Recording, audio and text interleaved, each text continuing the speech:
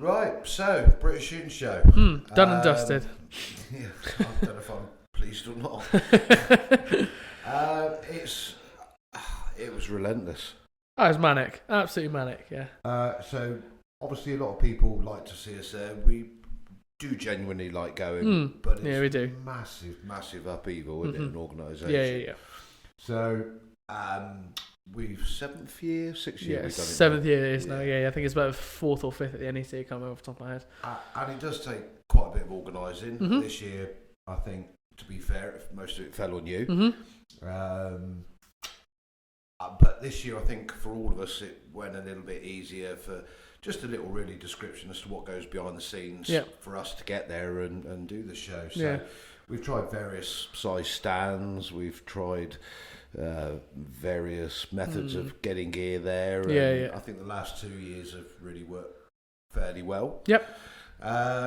So just a little resume, I suppose. In time frames, what does it take for Optics Warehouse to get to the NEC and get set up? Yeah, as I say, it's as you mentioned, previous years have always been a bit of a hassle, to be honest, because we've always gone for that principle of like building racks and sort of having cabinets at the show there. So we've kind of tried to go presentation over practicality, exactly. And this year it's not as pretty, but it's far more practical. No, that's it. So this year, obviously, we've rather than actually building the racks at the stand, we've sort of gone for these big sort of metal trolleys. They work well because it took us 3 Lutons to get up there, so it's obviously there's more of a weight distribution factor, to be honest. We've got that's just you in the van. Yeah, exactly. Yeah, well, that's why Lloyd had his own van all to himself. Then there's this year as well. We've purchased our own cabinets because we're starting to do more and more shows. We no longer hire cabinets as such. So just tell us why that come about and why. Well, it's cost. Yeah, well, the overheads for cabinet hire at the British Shooting Show was astronomical. It was a lot of money. It ate a lot into the profit. Then when we do the smaller shows, it was a case of we built racks and then put perspex on the front, but it doesn't really work too well. So obviously in discussions with Sean, we explored different options and we found a range of cabinets. We purchased quite a few of them.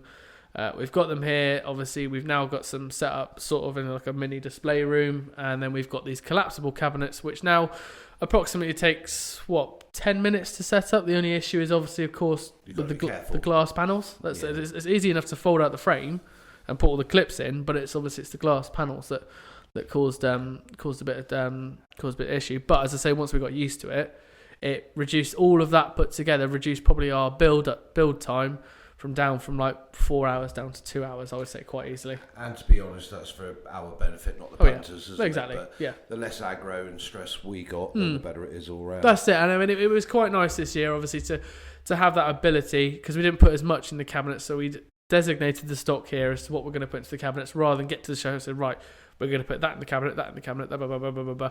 We actually decided here, right, this is what we're going to do. We're going to make pamphlets for it. That goes in there. So everyone knows, right, there's my sort of menu, so to speak.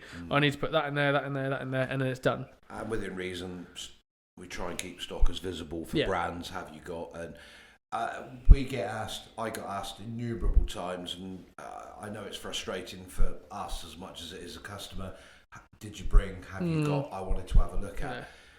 We physically can't bring a million. Well, we actually probably didn't take far less than a million, I think, in terms of stock. But we can't take every model of every brand. No. Literally have to take the warehouse. No, so I mean, the British Shooting Show, it is our most broadly spectrumed show. As I say, when doing the stock, I try to run through the ability that we've got a fair share of most things. So, of course, looking at what's sold recently in the past, what doesn't sell particularly well at shows and all that sort of stuff. I mean, it's so taking certain brands obviously had to be a must, and there's other brands that thought, right, okay, we can't take that much, or we can't take any of that sort of brand. And to be honest, I felt it was more the brands that we'd taken, we hadn't taken enough of it sometimes, which is obviously a lesson that I've learned from it. But that evolves year to year. Yeah. I think whatever the end product is, or something comes along anyway. Exactly. Mounts. I got asked, did you bring any BKL? And I had to politely explain I could fill all those cabinets with just BKL mounts. Exactly. It's just not physically possible, is it? It's not. And I think it's not neglect. We'd like to take more. We'd like to have a bigger stand. But it, regardless of we've been there. We've doubled the size stand. Yeah. It doesn't benefit us. We can't serve any quicker. No. It just doesn't work. You know, that size seems to be what works. Yeah, exactly. Yeah, that's 6x6. I mean, what was it, like 3-4 years ago? I think it was COVID year, actually, 2020.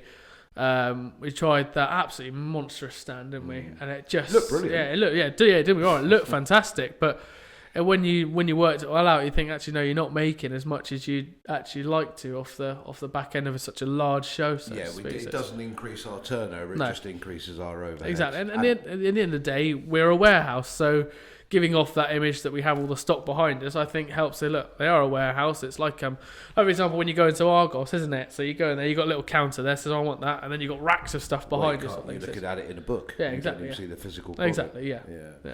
So. It's just really trying to relay, you know, what we do and how we do it, really, isn't it? That's it. And again, as I said, products evolve year on year on year. Brands come and go in popularity. So pick out a couple of sparklers for us. I mean, it's always going to be, hence what we got in front of us in one brand or form or another, digital thermal night vision. Couple of flyers this show for us. Well, as predicted, the Alpex 4K LRF and the Arkansas, which is hence why we've got both in front of us. Both massive sellers. Sold out we took just shy of 50 units of the Alpex 4K LRF. And they Sunday, didn't they? Sunday morning? No, Saturday morning. Saturday morning at 11:30 they sold out by, which is not even, less than halfway through the whole show. It wasn't for the sake we didn't take enough. We took everything we had. Literally took all the stock we had.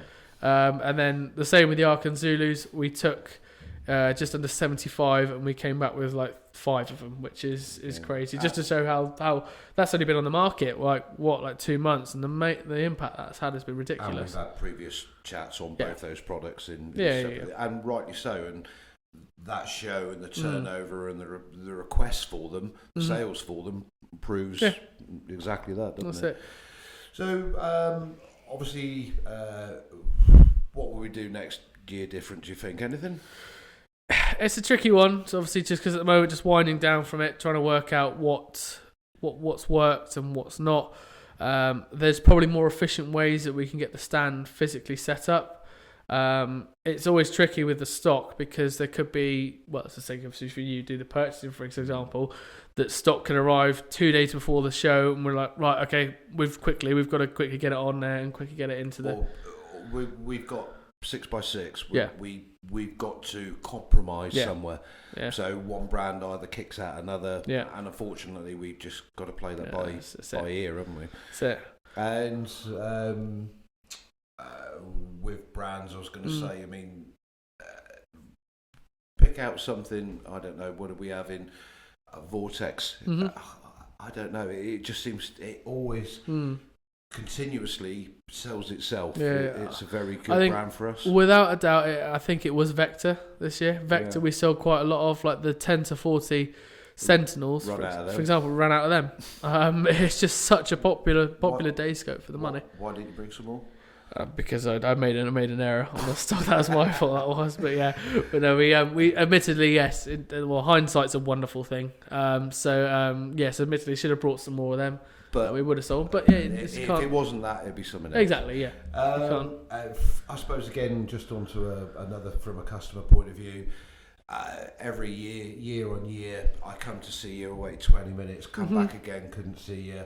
I know people get frustrated with that, but we're 7 or 8 people. We physically cannot do any more. No, I think, 12 hours a day. Yeah, and that's why we try and offer perhaps a parallel show deal as we did this year on the website. Exactly. So they may have felt they've missed out, but the opportunity is there for them. Yeah, absolutely. Yeah. I mean, it's obviously quite a big benefit being the UK sort of optics dealer, and then obviously probably one of the biggest in Europe as well. That obviously we get that customer feedback, and then we get quite a lot of people coming to see us, and quite a lot. Yeah.